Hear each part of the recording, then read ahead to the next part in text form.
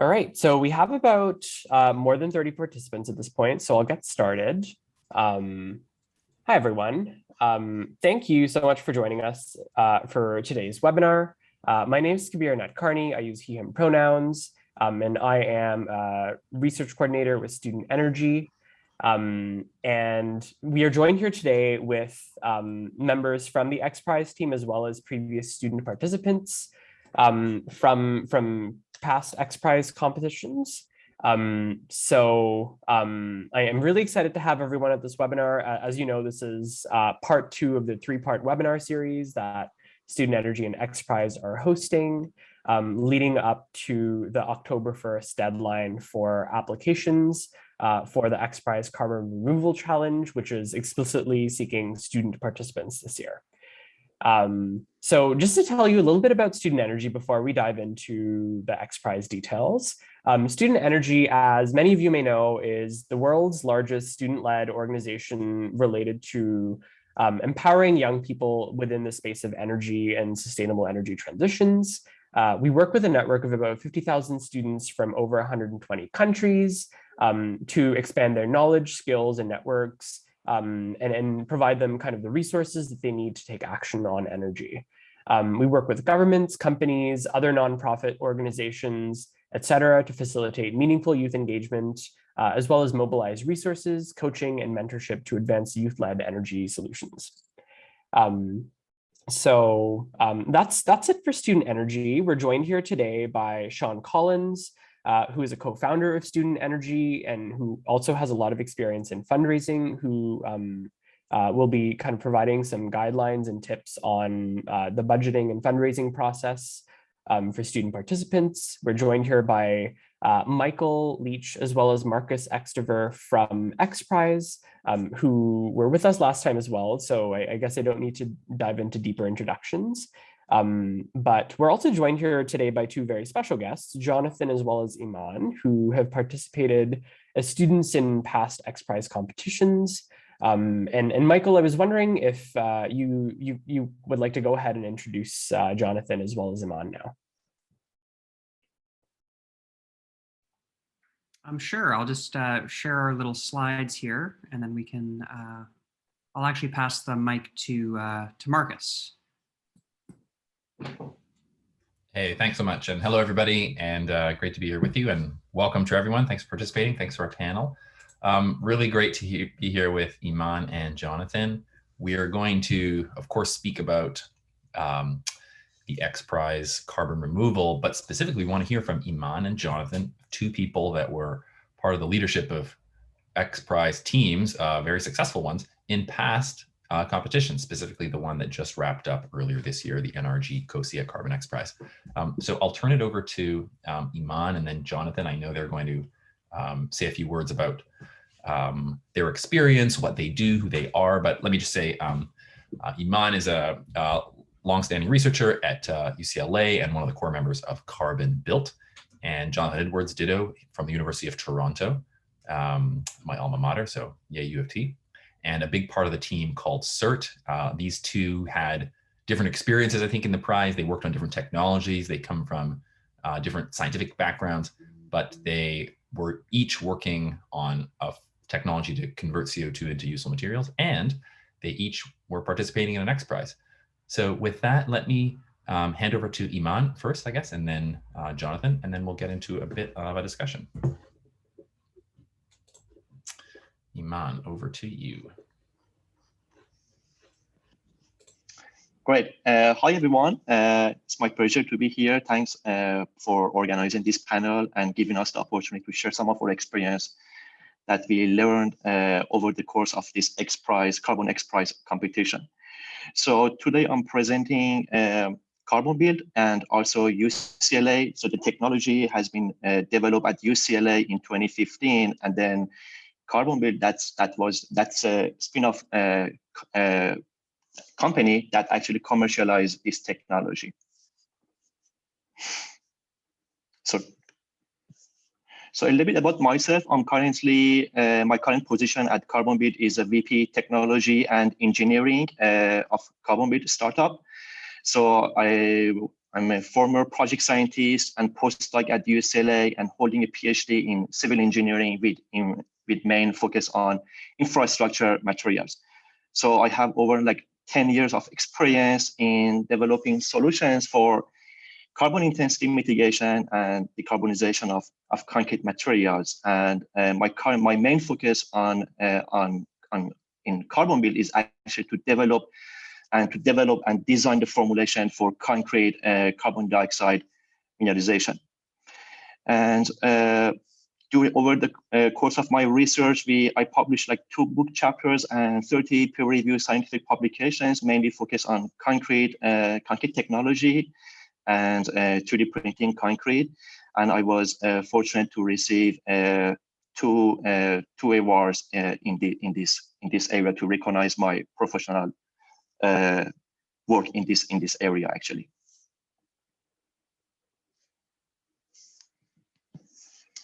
So getting back to XPRIZE, during the XPRIZE competition, our company or technology was able to tackle the carbon intensity mitigation of concrete by substantially reducing cement content in concrete, and also using the waste carbon dioxide as a binder or as a curing source for curing the concrete. And this technology enabled us to significantly reduce the cement. As all we know, cement is the most carbon intensive in concrete, which offers cementation. In this technology, we designed special concrete formulation and we designed a special reactor. So like a cake, once you want to make a cake, you need to have a special recipe, and also you need to have a good oven, the conventional oven. So once you combine these two together, this gives you the opportunity to make a good cake. And we actually applied the same concept here. So we designed a special concrete, which is able to absorb and permanently store carbon dioxide, and then it offers cementation into the concrete. One of the key benefits of this technology is we are able to utilize this waste flue gas as is without any carbon capture step or without any applying high temperature or any pressurization. So that can significantly reduce the operating and the capex cost. Over this demonstration, as you see in some of these pictures, we actually produce around 10,000 concrete blocks, and on average, every concrete block holds around like 1 pound of carbon dioxide, which is quite a good number actually. So there were so many people actually that contributed to the success of this technology and this competition. As you see, some of these people they have shown in these pictures. So in the left picture, actually, we started with a smaller team, and over time, especially for demonstration, we realized that we need to actually evolve and we need to add more expertise. So we decided to grow our team, and we had like more people that they contributed to this competition. I would say maybe around like 25 people, including faculty member, postdoc, undergraduate students, PhD students. They actually contributed to this competition. And some of our funding agencies, as you can see here, like the Institute for Carbon Management, the XPRIZE Family Foundation, the U.S. Department of Energy, and Transcend. Actually, they support this demonstration for us. But one thing I would say here, we didn't actually perform very well to document and take the good photos of the team. So one of my suggestions is for the other participants to make sure that you actually document all the participants, and you make it the good team photos over time. So that's all from me. Thank you.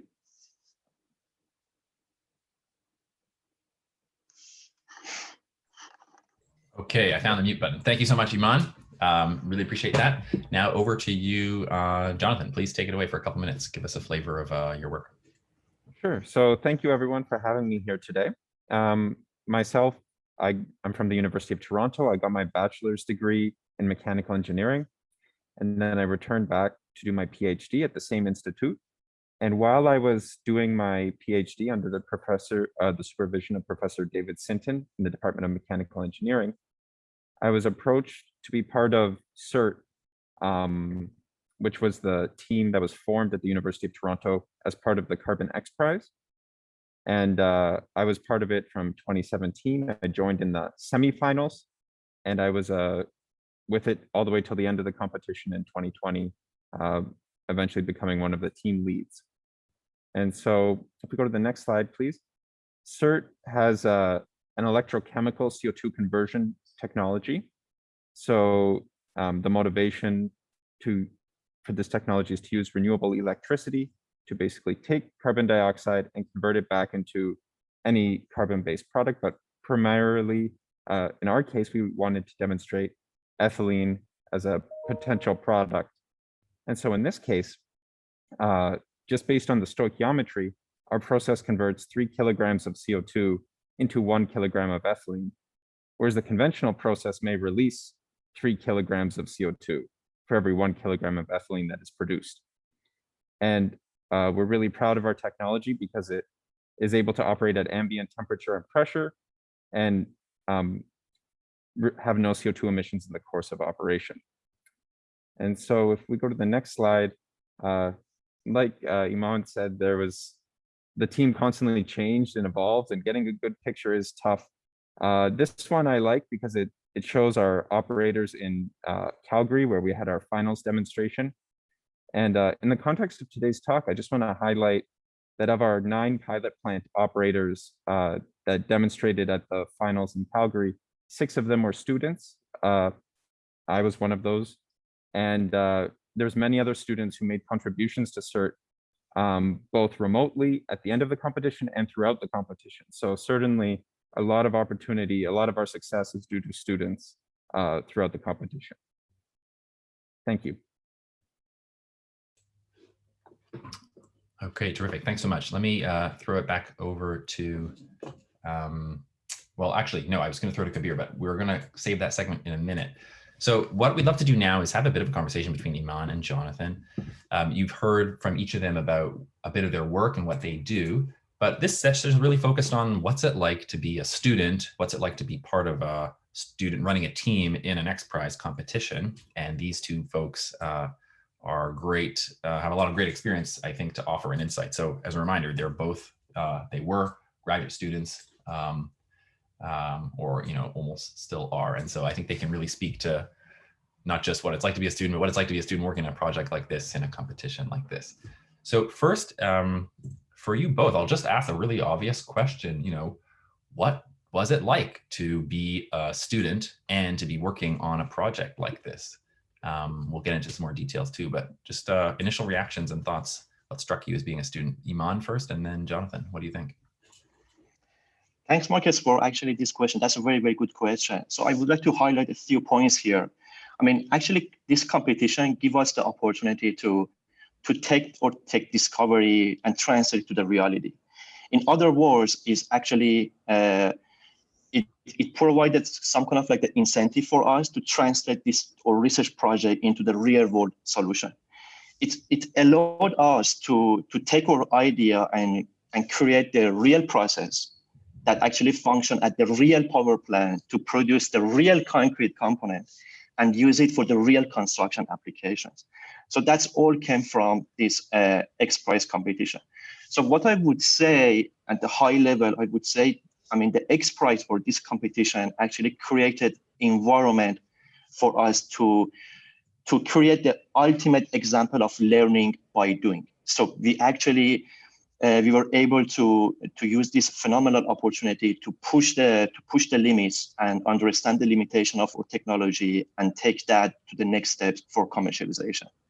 And another good point to wrap up my point here is we were able to, as a part of this competition, we were able to meet with a lot of individuals and work at different different space and different areas. So that was another phenomenal opportunity for us. Thanks, Iman. Jonathan. Yeah, I certainly second the opportunity to scale up and do a real world problem, I certainly agree with everything that Iman brought up. I'd also like to add, like it's not many people that get to say they scaled up their PhD or their master's research 10, 100, 10,000 times over the course of their degree. And I think that was really what excited me. And I think that's what's really exciting about being involved in the competition. But I would also add, it really gave a real complement to the sort of academic studies that I do in my lab. I got, through the course of the competition, got involved in all sorts of logistics like scheduling, supply chain, things that really help you as you go out into the workforce or whatever you want to do.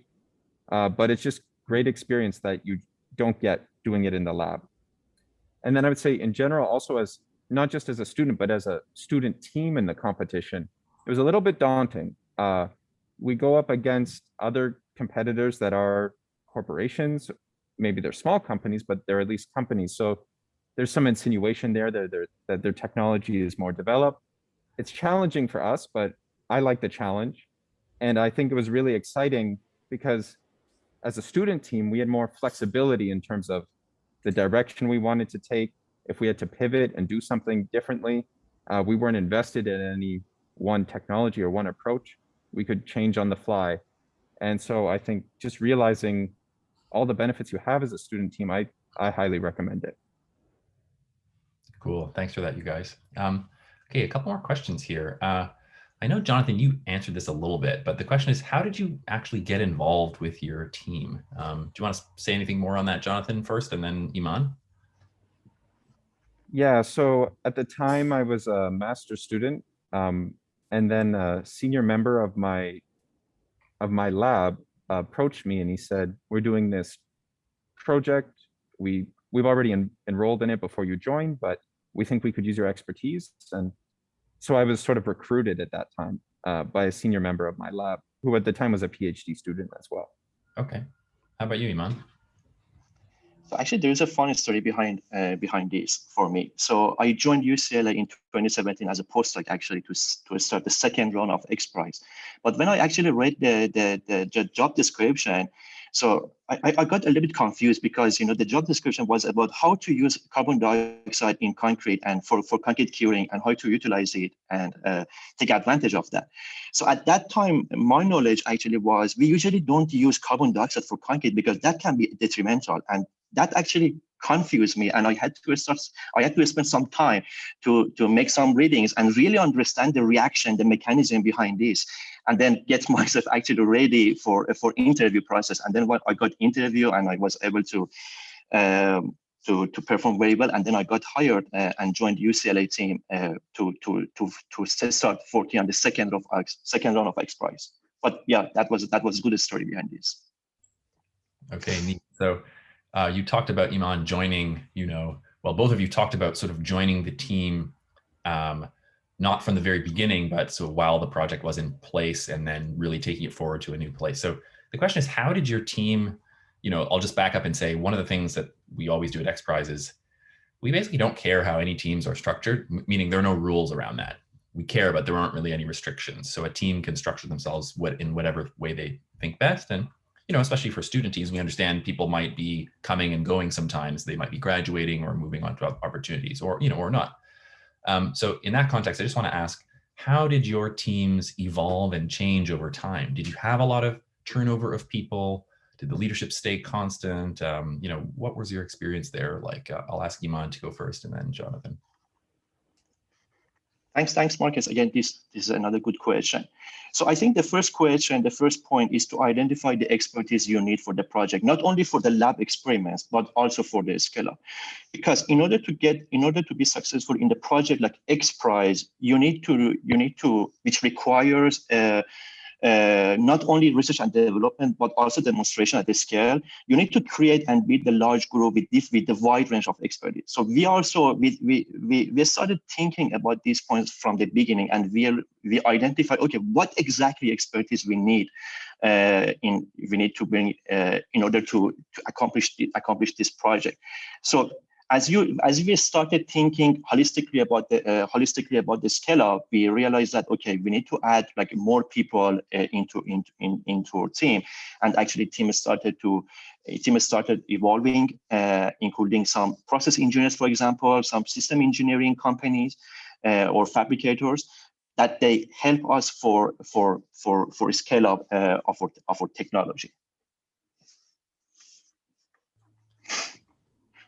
Yeah, I would add to that, like in our context, like you said, there was turnover, students graduating, moving on to other things. So I think overall, just having a core leadership group that is focused on the project and dedicated to it. Like we've had some people who actually graduated and continued doing the project because they liked it so much.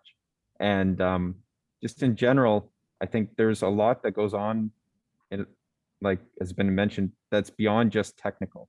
And I think it's very important to get people who are ultimately just passionate about the work that they do, recognizing that you may have to, like some of the competition work is like finding contractors, filing for permits, things like that, which you as a graduate student don't think you're going to do, but you just need people who are passionate ultimately to do that work. And then things will fall into place from there. Okay, a couple of more tactical questions. How did you navigate finding advisors or mentors on campus? Is that something that you did, and how did you find that process? Or maybe I'll add, like, did you have on-campus mentors, or did you go another way? Jonathan, do you want to go first, or? Sure. So in our case, the team CERT was founded out of two labs, the Sinton and Sargent labs at the University of Toronto. And so both those supervisors had they checked in to make sure we were on track, but they were pretty hands-off in terms of giving us the freedom to do what we had to do. But they also reach into their own network of people because they have startups in the past, they have other connections out in Alberta. And so we ultimately tapped them for their connections, sort of, and people also that we knew as well, through research and through external conferences and things like that, to really ask for their advice. Not everyone could give relevant advice to the whole project, but identifying where people were relevant and asking for their opinions on that. Great, Iman? The same, pretty much the same for us. So we started with our PI, who had his own network of collaborators at university, and he actually connected us with different, like the faculty members in different departments, like civil engineering, chemical engineering, environmental engineering, and mechanical engineering. So, and then we took it from there, and we started actually evolving and expanding the overall, like the mentors and advisors and the student team. Okay, another tactical question before we start to close. Money, raising money, financing your team is always a challenge. Where did you get the money, and was it easy? Was it hard? How did you go about doing that? I think especially helpful for the audience to hear, like, types of sources. Was it grants? Was it research budgets that already existed? Was it some other kind of fundraising? How did you manage that? Iman, you want to go first? Yep. Actually, we were very fortunate to receive some funding from, for example, the XPRIZE Foundation and Department of Energy. So developing a technology and demonstration at a scale, it requires lots of money, as we all know that. And securing funding it was one of our main challenge during this competition. And what I would suggest here at this point, we need to search and subscribe to any public and private partners to learn about, like, the RFPs and apply for these RFPs, because all of this funding could be helpful for to support the demonstration at the scale. And another indicator would be good to know for everyone was like the reflection and kind of like the face of our PI. So whenever he had money, and we were able to notice that from his face, and we noticed that, okay, that's a good time to ask for money to support the demonstration. But basically, what I would suggest here is just to make sure that you know all the possible opportunities in this area to apply for all the possible grants, and then to secure funding. Thanks, Jonathan. Anything you would add to that?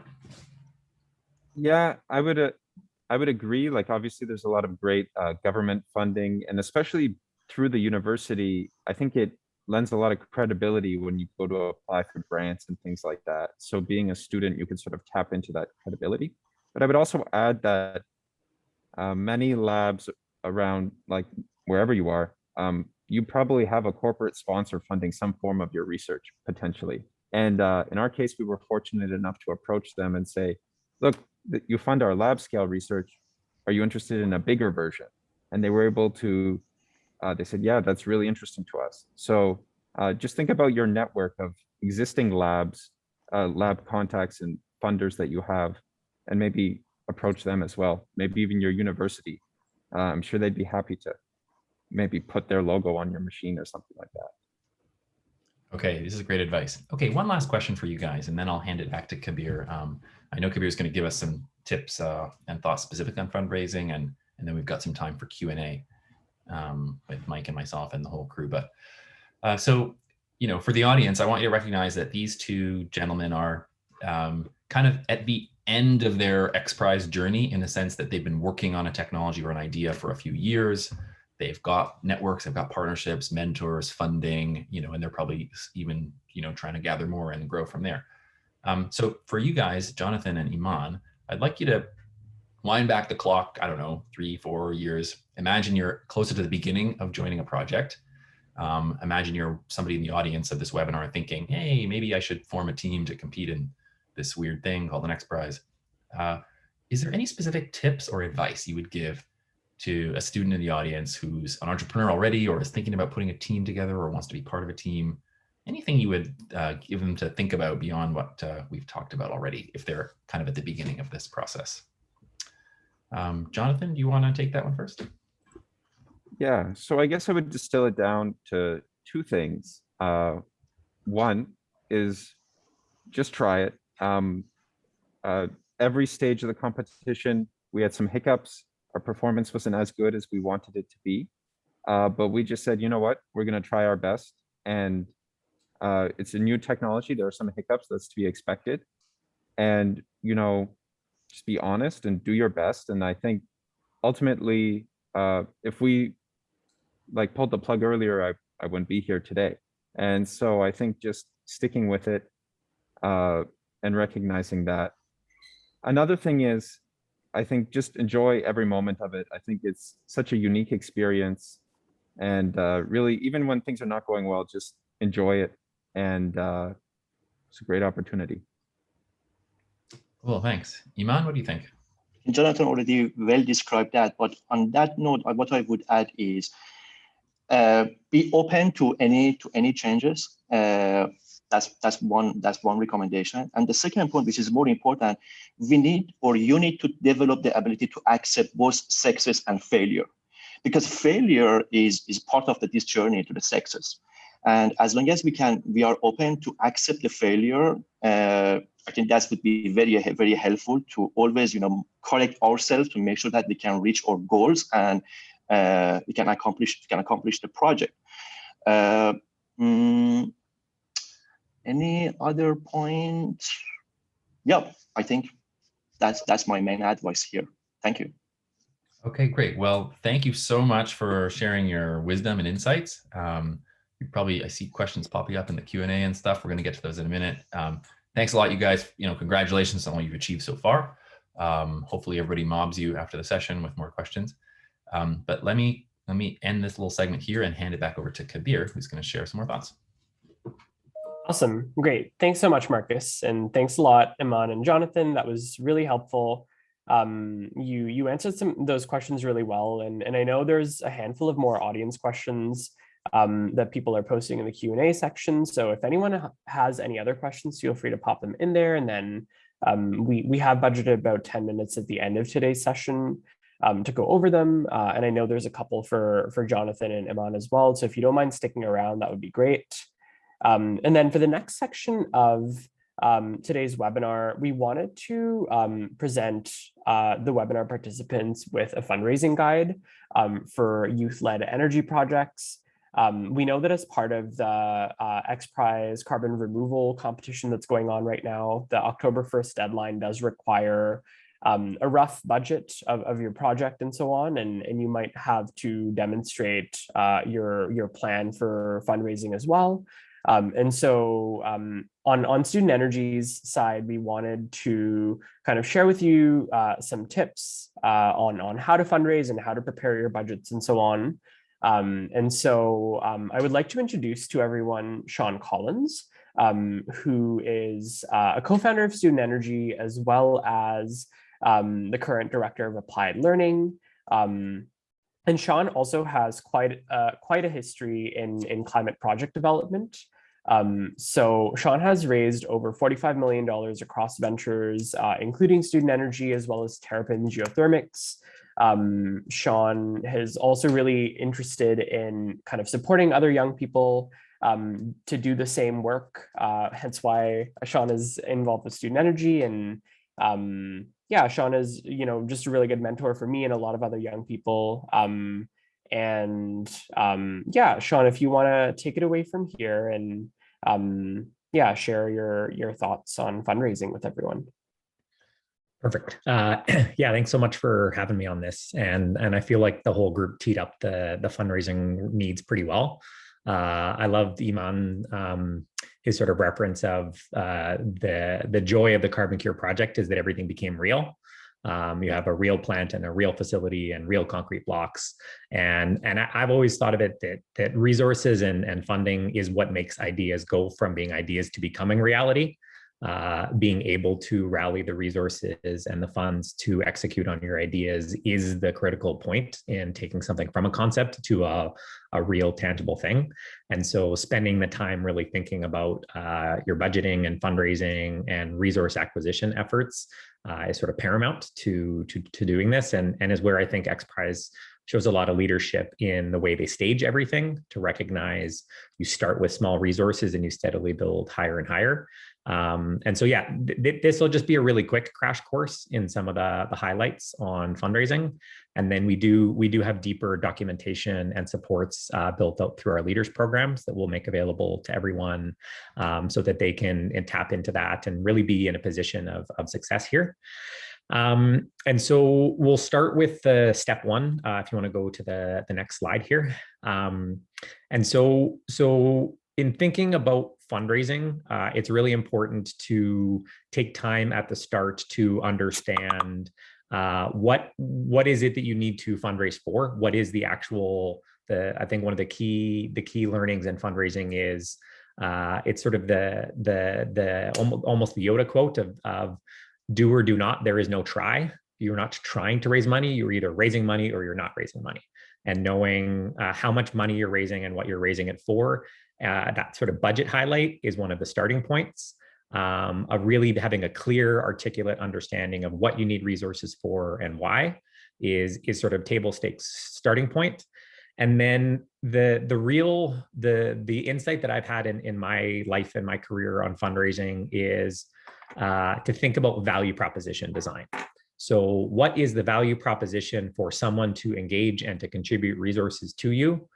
Most often we think about what we need in this situation. And it's really important for value proposition design to think about the value proposition for the other partner on the other side of the table. And so one of the sort of habits I do on a lot of partnerships is to map out 4 things. So to map out from your side of the table, what are you providing and what are you receiving? And then map out from the partner side of the table, what are they providing and what are they receiving?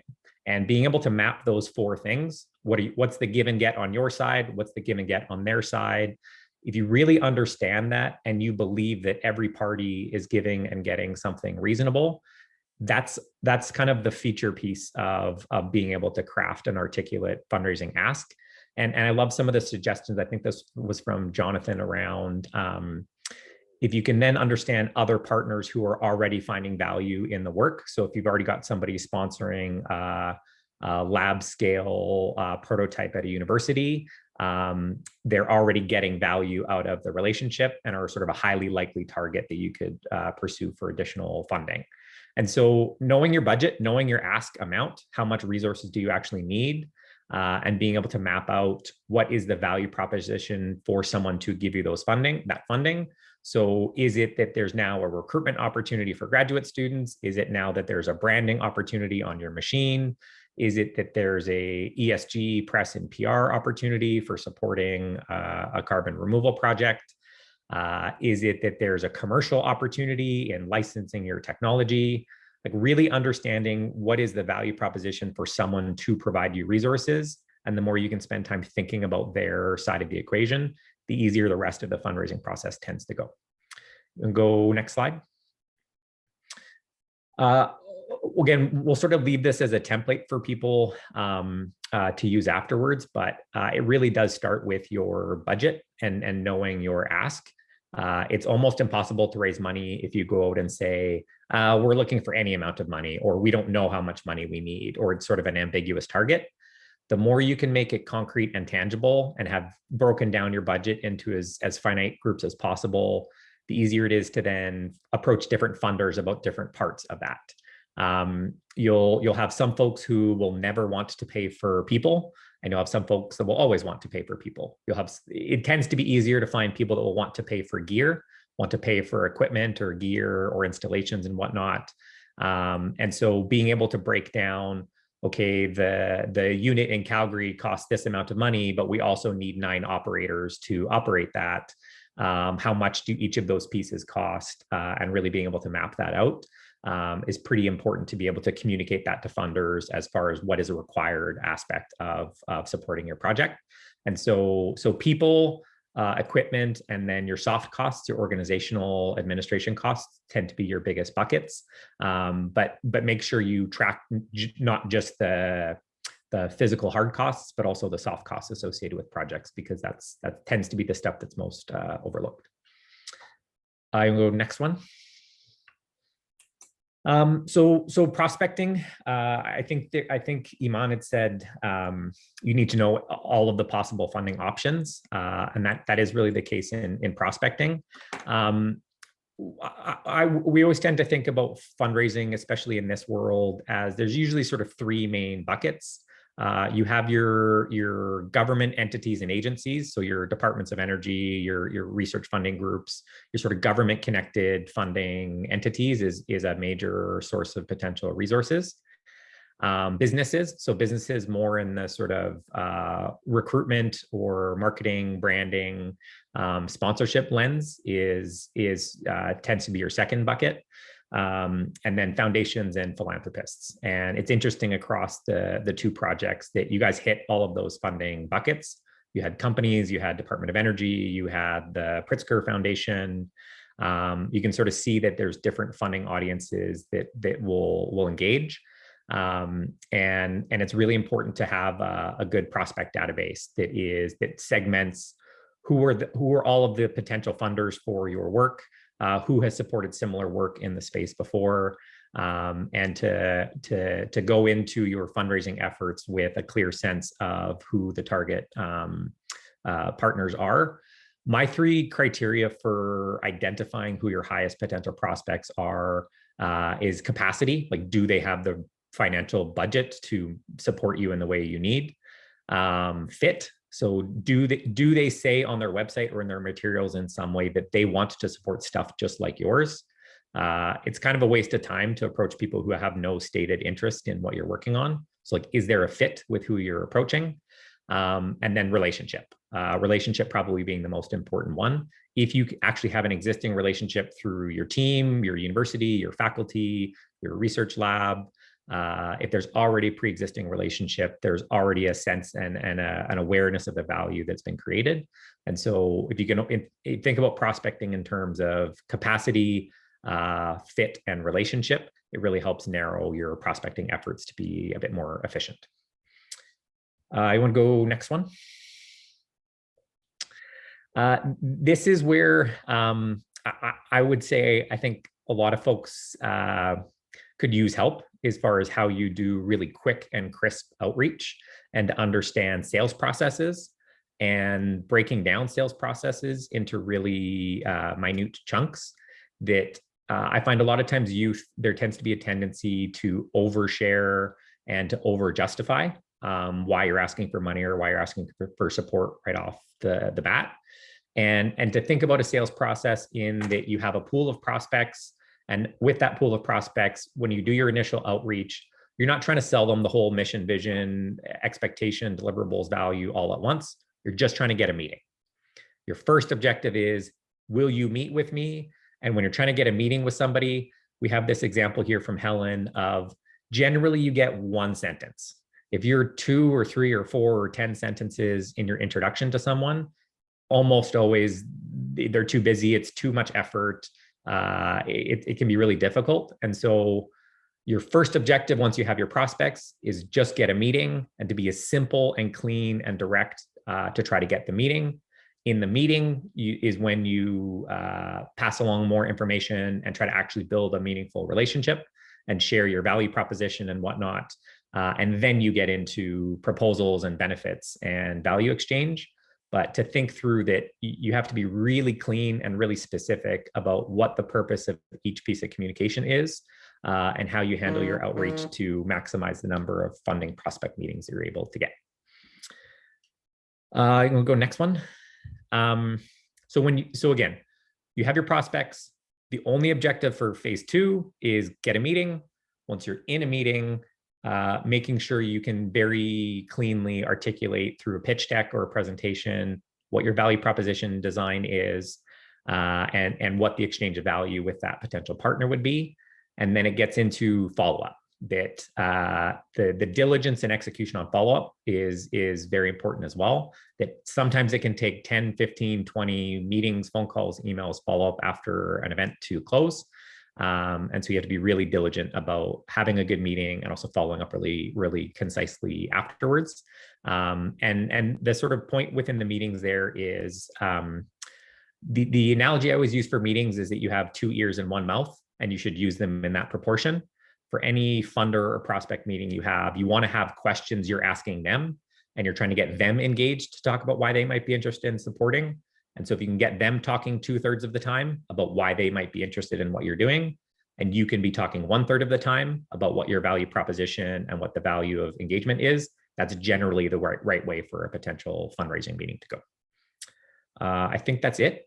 Do I have one more slide? Just in the interest of time, I might wrap this, Kabir. This stuff gets a bit more into the weeds of getting into agreements and sponsorship, but we'll provide this deck back to everyone. But I think that first part of prospecting, getting a meeting, and hosting a good meeting, that's really the stuff to orient yourselves around for hosting successful sales campaigns. Awesome. Yeah, I don't think you have to go that far for the XPRIZE October deadline, correct, Marcus? I think you just need to have kind of a rough budget of your project and a strategy as to how you will fundraise. Yeah, so thanks a lot, Sean, for those tips. If anyone has any more questions, please feel free to pop them into the Q&A. I know we've already started answering some. I was wondering, Marcus and Michael, if you wanted to start taking any questions live at this point or go over any other details. Yeah, I can take it from here. First, I just wanted to point out this last slide. I put up the link to our website, which is where you can access the competition guidelines and register a team. And it's really important that you download the guidelines and read those very thoroughly. The student award specific stuff is right at the end, and I think it's Appendix A. But the whole guidelines document is relevant, and so I'd encourage everyone on this call, if you've registered a team, maybe you're thinking about registering, definitely learn those guidelines inside and out, because that's really the key to competing in this competition. But with that, I will stop the share here, and we'll get to some questions. So the first question here is, how can we deal with team disagreements? Do we get an outside expert to weigh in or try to solve it ourselves? I'm just going to pick on you, Jonathan, first. Did did you guys experience conflict? How did you manage that? Did you find there was any kind of like secret to maintaining a cohesive group as you were competing in the competition? Yeah, there definitely was. I can't sugarcoat it. I think the few things for me, one is, I think the most important is making sure that everyone understands sort of the motivation and the problem, the overarching technology goals that we have. And I think that sort of motivates people to take things a little bit seriously or less seriously, or at least helps people understand where we're coming from. Just making sure that everyone's on the same page and the same goals. I think that's sort of the key that I saw. Iman, do you want to speak to that? I mean, how did you structure your team to keep that sort of cohesive vision together? So as I already pointed out, I think the first point was to identify what exactly expertise you need in to accomplish this project, not only at the lab scale, but also at the demonstration scale. So once you realize what expertise exactly you need, and then try to actually fill the gaps and bridge the gap by either hiring people like as like the advisory people, or as a students, or as a faculty member. Then you can actually, once you structure your team from the beginning in the more coherent manner, I think you can basically significantly enhance the chance of your success. Thanks, Iman. Then the next question is a really good one regarding the student experience, and that is what. How did you manage your time? How did you balance competing in the XPRIZE versus your studies? Can you kind of speak to your own experience, or maybe the experience of some of the teammates you brought along who might have been, still doing classes while you guys were competing? Iman, do you want to start? Sure. So that's a very, very good question. So actually, I had lots of challenges because for that specific period of time, I had to teach, I had to work on other projects as well. So what I would suggest is, as long as you are passionate enough and as long as you are hardworking enough, I think we should be able to justify the time, and we should be able to find the time, to work on different things at the same time, and make sure that we can make a delivery. We can deliver all the things at the right time. Yeah, Jonathan, any sage advice from your perspective?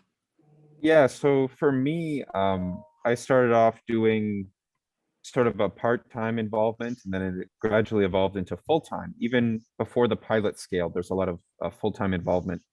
And I had the support of my supervisor, who was very, he let me sort of do that in lieu of my other research. But I guess something to keep in mind is that, for example, there's a chunk of my thesis that is on the XPRIZE. And so just because there's maybe or maybe not publications from it, there's still research that you can write about for your own like degree and things like that. And that's something to consider. Yeah, that's a great point. Thanks for that, guys. So the next question is about seeking mentors, advisors, and industry experts. And the question is, what tips might you have? And I actually wanted to add a little bit of a flavor on that. Sean just was talking about fundraising. I know you guys in particular relied on a lot of industry partners and stuff. So when you guys were fundraising, you were, I'm sure, asking for other things as well. So, can you guys just speak to your experience in getting that expertise and getting those resources in the door? How did that play out for you guys? Maybe start with Jonathan this time. Yeah, I think a lot of it sort of stems from our lab connections. One was for, obviously, like for funding, but also there was a lot of commercial components that ended up in our reactors. And that was a lot of, I found that as a student, it was very easy to approach companies and say, we're doing this project. People seemed pretty open to us. Just even when they were cold calls, people were pretty excited as a student to be engaging with me, even people I didn't know as well. So yeah, I think it's certainly very favorable. Iman, do you have any advice specifically for how to approach potential mentors or experts? I think as long as you have a clear path and you have a clear planning, I think that can simplify and facilitate all the communication between, among different people. As Jonathan said, most of these companies, they are very open to the project, to the student or university projects, and they would like actually to work on the new projects. So they would like to spend time, and sometimes actually they provide even some budget for like the research related projects at universities. I think just you need to determine what sources you need and what companies actually they would be helpful for your project and for demonstration, and then try to approach them, and they are very, very open to any suggestions. Yeah, thanks, Iman. So the next question is about working within the university. What institutional barriers, supports, or opportunities did you encounter? I can see you both nodding. Iman, do you want to talk us about your experience working with that's very, very, very good question, and I'm sure it would be very, very helpful for everyone. So I have a few comments here. So first, make sure that you start early and involve all the major central office, like the technology development, like the purchasing department at your university, because the university related project, especially at this level, for the large scale demonstration, they have very, very specific regulations for purchasing, for other things. So for example, if sometimes you need to develop the bid package, it requires lots of paperwork at the university level. So you need sometimes, because you need to prepare the bid package and approach and submit the bid package for different companies and get some proposals from different companies, and then try to find the best company for your project. The other point is, because university, they have like the terms and conditions for purchase orders, especially for the large purchases. So make sure that you realize all of these barriers from the beginning, and you have a detailed planning for all of these challenges and all of these barriers, because believe me, this is very, very time consuming process. Jonathan, do you want to expand on that? I mean, I think, every university is different, but every university is the same, if you catch my drift. Yeah, I think Iman really hit the nail on the head there. I think just understanding all the rules well in advance, and like in particular, the purchasing rules are a really big deal. They tend to go a little bit slower than you would like. Just make sure that you're organized. If you need competing quotes, make sure you have competing quotes, learning where the thresholds are for that. Ultimately, just learning what the rules are. I certainly agree with that. But at the same time, the university as a whole, it gives you access to other financial and support networks as well. So leverage those as well in your work. It's not all bad news. Yeah, thanks for that, Jonathan. So I'm just going to take a couple of XPRIZE questions. So one question we get a lot is, do student teams need to be totally set in stone at the time that you register? And the answer is no. Your team can grow, it can evolve over time. You can merge with other teams. We've seen that a lot in previous XPRIZes, and I think both Jonathan and Iman kind of spoke to that, like, evolution. And obviously, being a student team, you can expect to see people drop off and get jobs and leave the team, and so that's totally fine. No need to keep the team static, but it is important when you are when you're running your team that you do have kind of that core leadership, I think. Jonathan, Iman, would you kind of agree with that? I'm kind of just going from what I've observed with your teams and others in previous XPRIZes. Yeah, I certainly agree. Having some core group to provide some direction between the people coming and going, very important. Definitely agree. Yeah. The other question that I'll just take a stab at here is do student teams need to raise additional funds outside of the XPRIZE award? Does that look good on the application? And I think the answer is it depends. I mean, XPRIZE is offering pretty significant funding to successful student teams, grants of up to $250,000. But for example, a team that's going to compete in the full XPRIZE Carbon Removal, we really expect it's going to cost more money to field a successful demonstration. So we really do expect teams will likely have to fundraise outside of outside of the XPRIZE award. But if you already have funding in place, that's also great, and that's something you can highlight in your application. We give you a chance to talk about that. So I think the answer is yes, you probably will need to raise additional funds. But just to reinforce something that Sean said, having a solid budget and kind of understanding what that budget is and being realistic about that budget is really important. And frankly, really hard to do. So definitely take some time to be thoughtful about that. So this is maybe I'll toss this next question to Marcus. As a student, what are my alternatives for signing up to an XPRIZE contest? In this case, my institution is unable to participate with me. Marcus, do you have any ideas? Oh, sure. So I think we're focused on you. As long as you are a student, your institution doesn't necessarily need to sign up with you. I think we have asked you to find a letter of support from an advisor or an administrator at your institution to make sure that they're aware. So I guess it's the difference between if your institution tells you you cannot do this, which I think would be very unusual, that's an issue and we can talk with you about that. But they don't have to necessarily sign up with you. We just want you to be a student.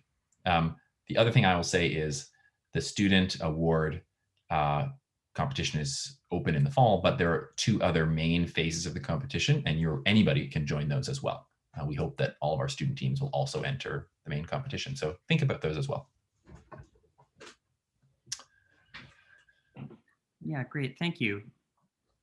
Last question for Jonathan and Iman about technical support. How did you get technical support? Did you find yourself stuck along the way? And how did you kind of get unstuck? Jonathan, why don't we start with you?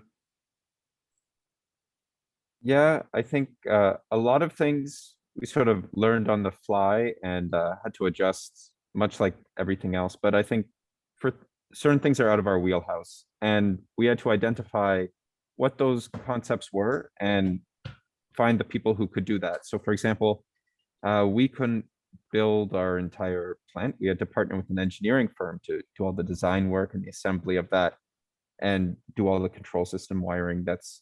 We learned how to tweak it when things broke and things like that. But to build it the first time, we had to rely on other people. And so I think you have to be realistic about what you know and what you can do, and then find people who complement that skill set. Yep, completely agree with Jonathan. I think he described very, very well. That's great. Okay, so the last question in the Q&A here, and I think we're just about out of time, but this is a question for you, Sean. So there's a question about fundraising, right? How much information how do you know how much information do you to give a potential funder or partner? The person asks, I understand it depends on the project, but is there a rule of thumb? Yeah. I always liken fundraising to dating. How much information would you share at each date or at each stage? And so when we showed that outreach slide, when you're messaging somebody on Tinder, you don't give your whole life story. You say, hey, how are you? This is who I am. Do you want to meet up? So really thinking that each piece of communication should build the relationship and should build the amount of information.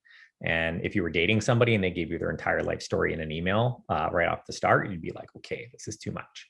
And so generally for intro messages and emails, especially digitally, very, very little, like 1 to 2 sentences.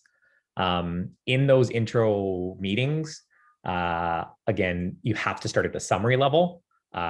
Think about it. I always think about it as like explaining it to your parents or your grandparents. They have to understand rationally and simply the 50,000-foot viewpoint on what you're doing and why you're trying to do it. And then after that, you can get into on date 2 or 3, you get into what are your hopes and dreams and visions and whatnot. And so kind of, it's not as much how much information do you share. Ideally, by the end of a successful partnership, you've shared everything, but it's just how much you share and at what points in time that I think is really key. And that the tendency is to overshare at the start, which you wanna get the date first, and then on the date, you can reveal more information.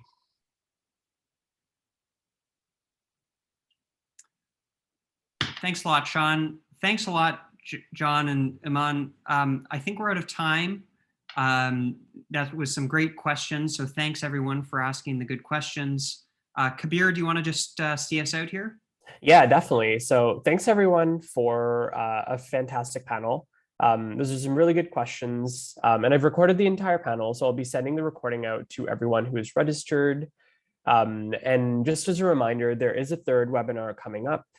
It's happening sometime in August, so you can find out about it through XPRIZE's newsletter, as well as on Student Energy's social media very soon. And that's going to be the third and final webinar of the series, so definitely be sure to attend. We're going to be helping people kind of prepare their proposals and go over what it takes to make a really good proposal leading up to the October 1st deadline. And yeah, apart from that, I'll be sure to make sure everyone receives a recording for this webinar, the past webinar, the fundraising guide that we sent out, and some other resources as well. So thank you everyone for a fantastic session. Good luck with your applications, everyone. Thank you. Thank you. Thank you. Take care.